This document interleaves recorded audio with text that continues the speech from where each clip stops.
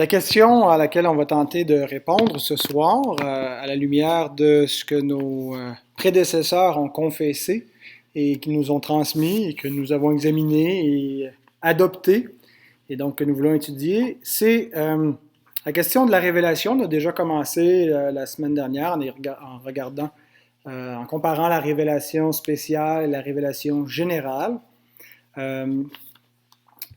Donc, ce soir, la question à laquelle on veut répondre, c'est est-ce que Dieu a cessé de se révéler? Dieu a-t-il cessé de se révéler?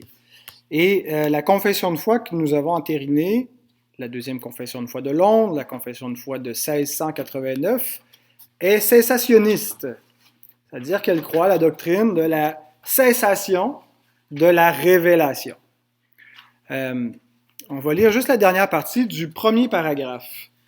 Donc, on a vu que le premier paragraphe traite des Saintes Écritures et la deuxième section du premier paragraphe va comme suit. Ensuite, il a plu de même au Seigneur de mettre la dite Écriture tout entière par écrit, pour que la vérité soit préservée et mieux propagée, et pour que l'Église soit d'autant plus sûrement établie et affermie en face de la corruption de la chair, de la malice de Satan et du monde. Ainsi, l'Écriture sainte est indispensable. Dieu, ayant cessé de manifester sa volonté de cette manière à son peuple, comme il l'avait fait jusque-là. Donc, le point de la confession au niveau du cessationnisme, c'est que la révélation spéciale, ce n'est pas que l'Écriture sainte.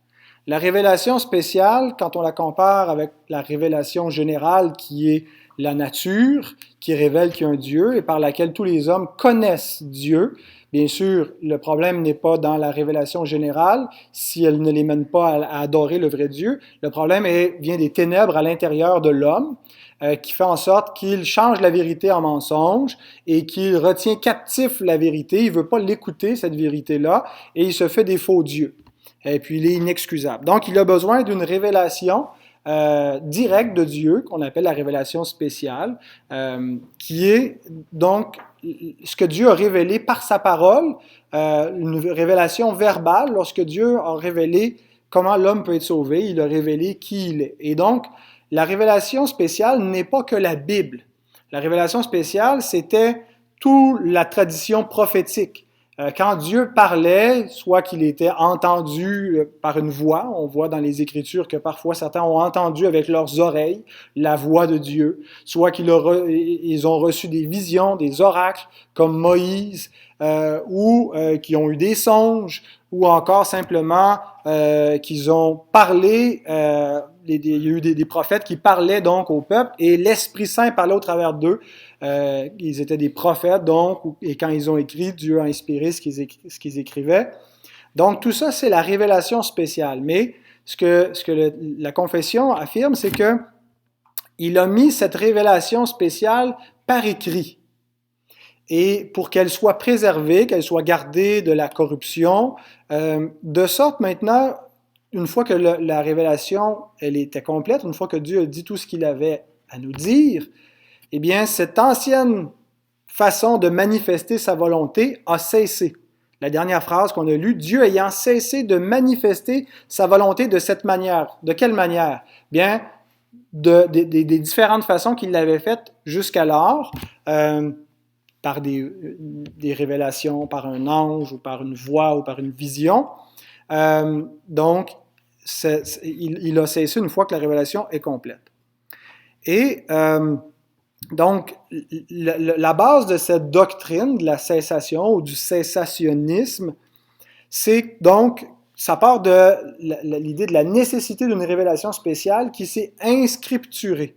Elle a été mise par écrit, la révélation spéciale, et une fois qu'elle est toute écrite, que le canon est fermé, qu'elle est complète, bien, la révélation cesse. Une fois que Dieu a complètement révélé ce qu'il avait à nous dire et qu'il n'a rien d'autre à ajouter à la révélation qui mène à la rédemption, parce que c'est le but de la révélation spéciale, c'est pas juste de nous parler pour nous parler, mais c'est de nous parler dans le but de nous communiquer tout ce qu'on a besoin de savoir pour connaître Dieu à salut et connaître sa grâce et être sauvé. Donc, une fois qu'il nous a tout dit ça et que tout est inscripturé, eh bien, il cesse de se révéler de cette manière.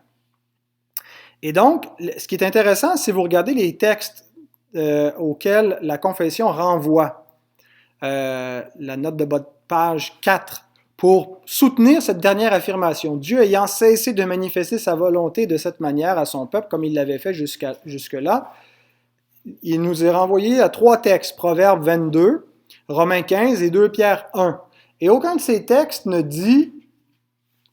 parle explicitement de la cessation. Il n'y a aucun de ces 3 textes qui nous dit que Dieu a cessé de se révéler.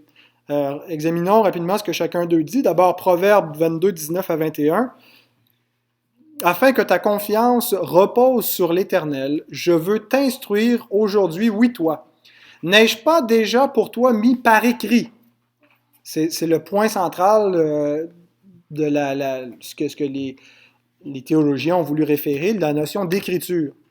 Des conseils et des réflexions, tout ça est écrit pour t'enseigner des choses sûres, des paroles vraies, afin que tu répondes par des paroles vraies à celui qui t'envoie.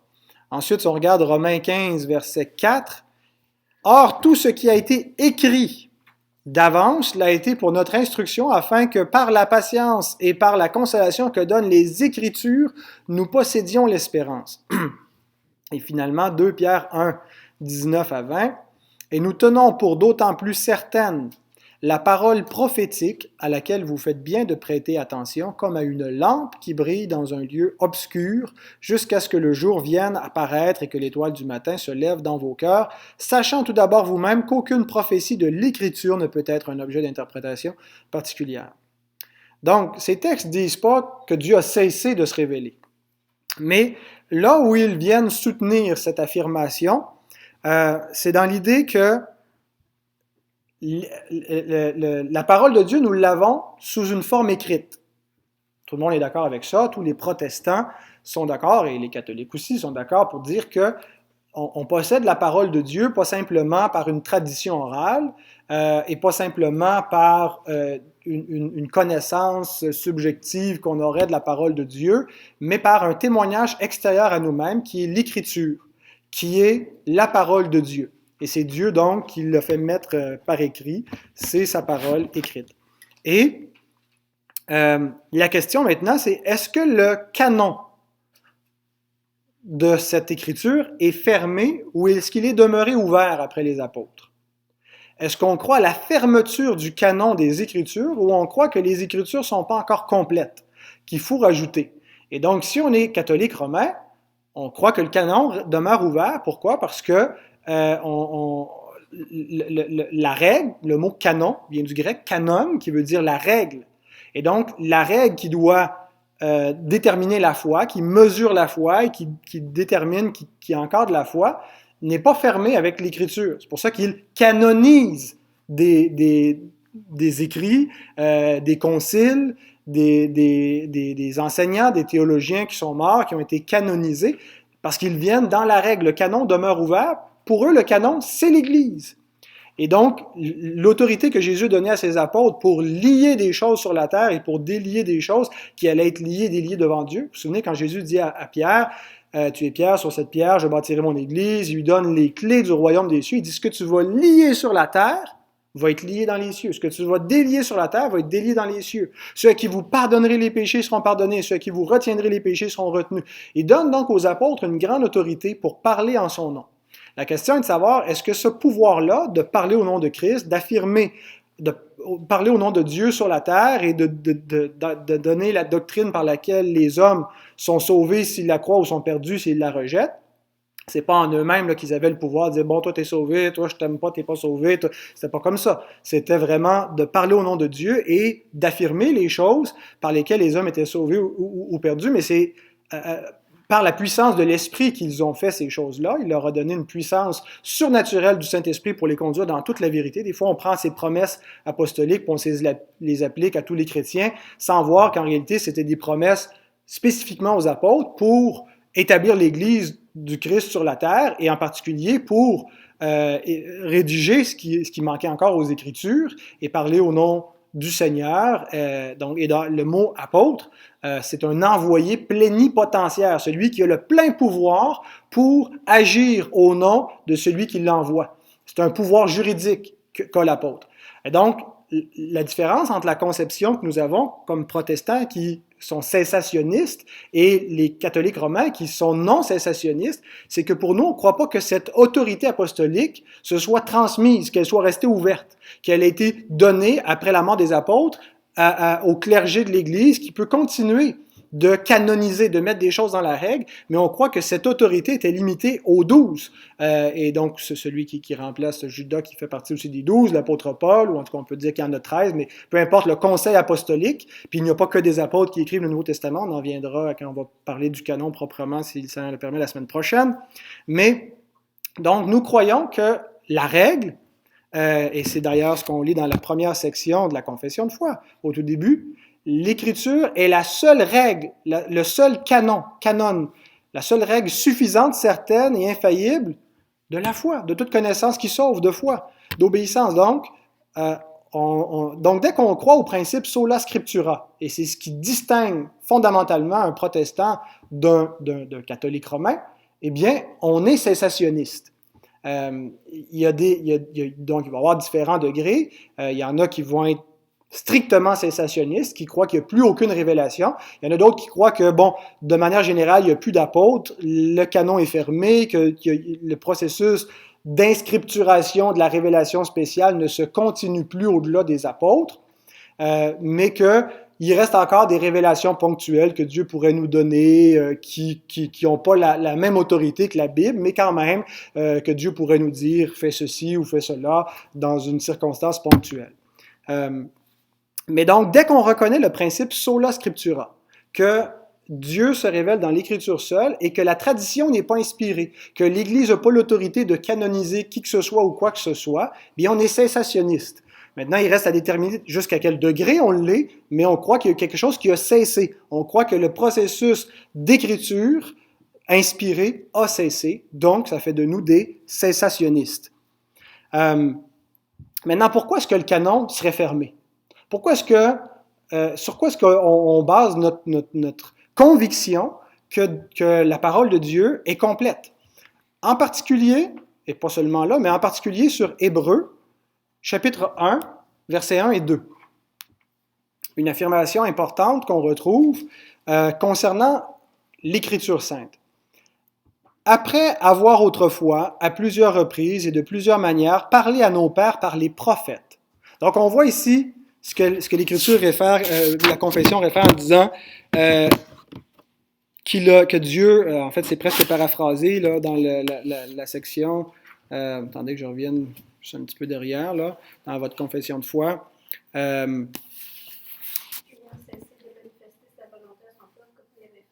Juste dans la fin du deuxième paragraphe, ça dit « C'est pourquoi il a plu à Dieu de se révéler à plusieurs reprises et de plusieurs manières et de faire connaître sa volonté à son Église. » Alors, c'est vraiment basé sur Hébreux.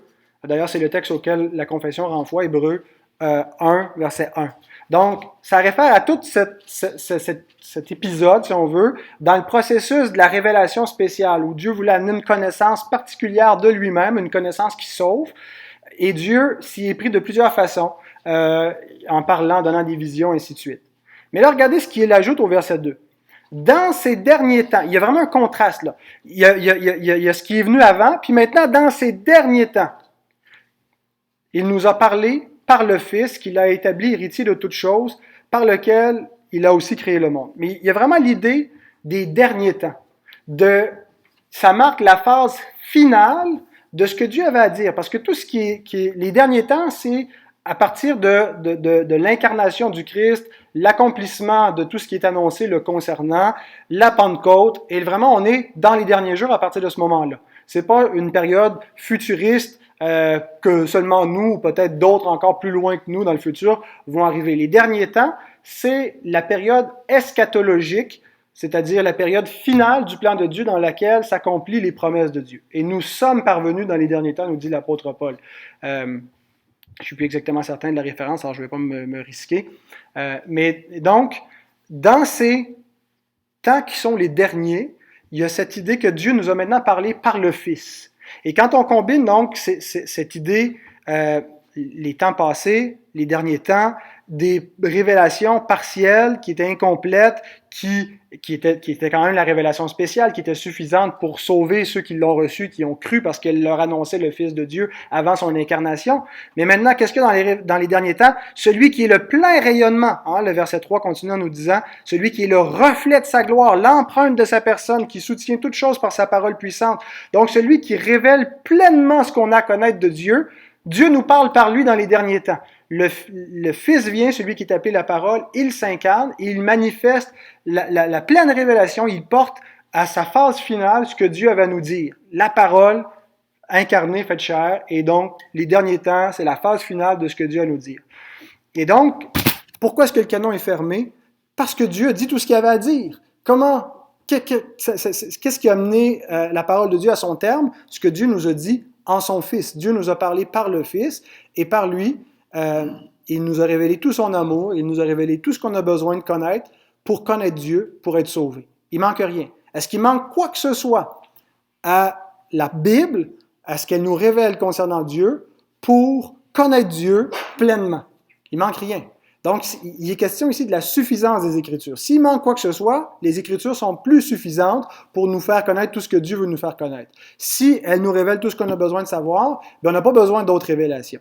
Et donc, c'est pour ça, c'est la raison pour laquelle le canon est fermé, le canon biblique, parce que Dieu dit tout ce qu'il avait à dire. Maintenant, comment ce canon s'est-il fermé?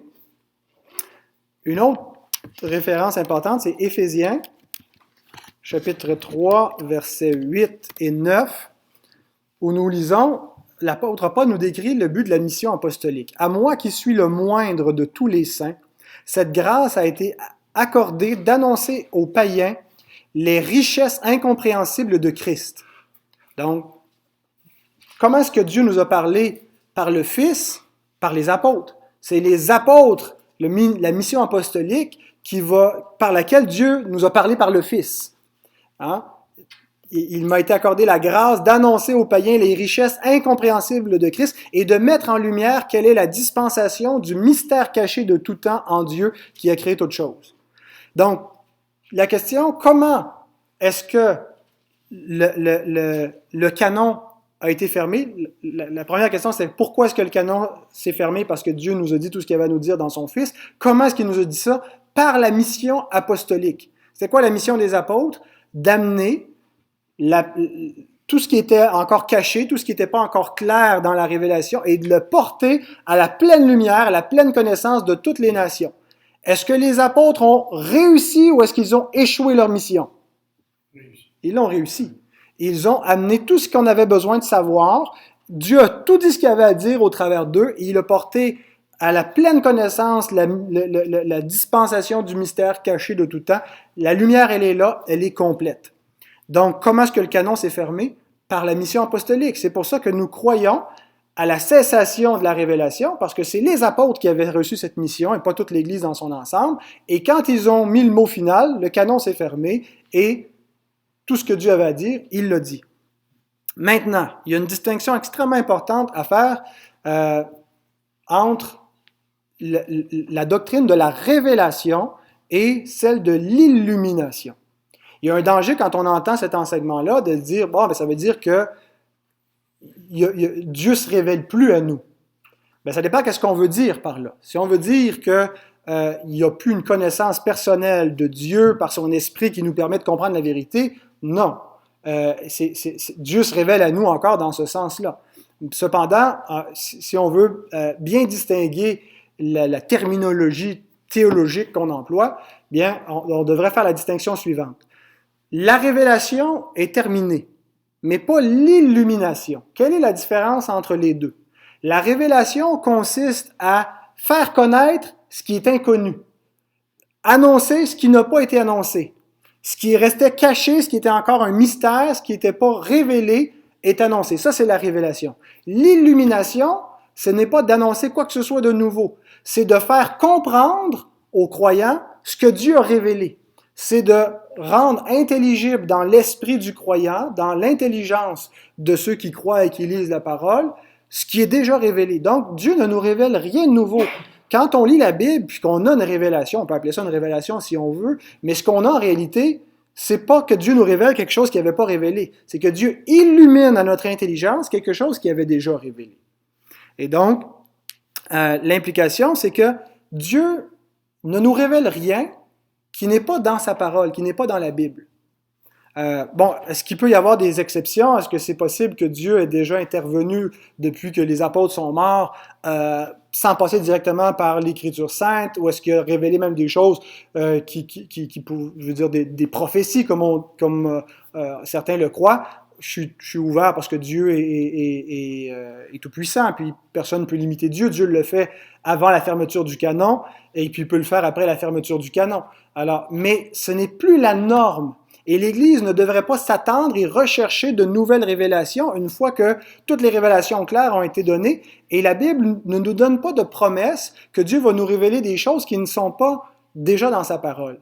Elle nous promet que l'Esprit va illuminer tout ce qui est déjà révélé, que c'est ce qu'on devrait chercher à comprendre, mais pas qu'il va y avoir un ministère du Saint-Esprit auprès des croyants qui va au-delà de ce qui a été révélé ou qui agit indépendamment de la révélation actuelle. Et en disant ça, on ne devrait pas penser qu'on a moins que ceux qui croient avoir des révélations autres que la Bible. Comme si nous, c'est poche, tout ce qu'on a, c'est la Bible, puis il y en a qui ils ont une révélation directe de Dieu, c'est encore plus haute que ce que les réformés ont. En réalité, quand on cherche d'autres révélations, on méprise pas mal la révélation qui est déjà sur place. Et vous constaterez que dans les milieux où on cherche de nouvelles révélations, souvent, on a une compréhension très pauvre de la révélation actuelle parce qu'on la néglige, on la recherche pas. Mais quand on cherche réellement ce qui est déjà révélé, puis on veut le comprendre, puis on veut être illuminé par le Saint-Esprit, puis par l'enseignement de sa parole et l'étude de sa parole, on se rend compte qu'il y a des richesses tellement grandes et qu'on manque de rien, que c'est des révélations beaucoup plus profitable pour notre âme que n'importe quelle pseudo-révélation qu'on pourrait aller chercher en dehors des Écritures. Donc, en menant cet enseignement-là, mon but finalement, c'est d'élever, de valoriser la révélation, la Bible, pour qu'on voit à quel point elle est précieuse et que on cherche à vraiment être en communion avec Dieu, puis à être illuminé dans notre intelligence par ce qu'il nous a révélé, et pas qu'on la laisse de côté puis qu'on se mette à chercher des visions qui ne veulent pas vraiment rien dire avec la révélation spéciale que Dieu a apportée, qui révèle la plénitude de sa grâce, l'éclat de son être, de sa beauté. Alors voilà ce que j'avais à partager. Est-ce que vous avez des questions, brièvement?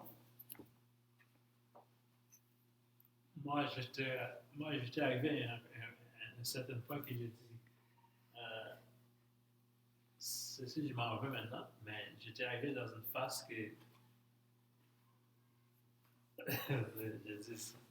je me croyais plus à la mère de Jésus. Mm-hmm. Parce que je dis, pourquoi il nous a donné Jésus lui-même, puis toutes les choses qui arrivent, pourquoi il laisse ça arriver comme ça.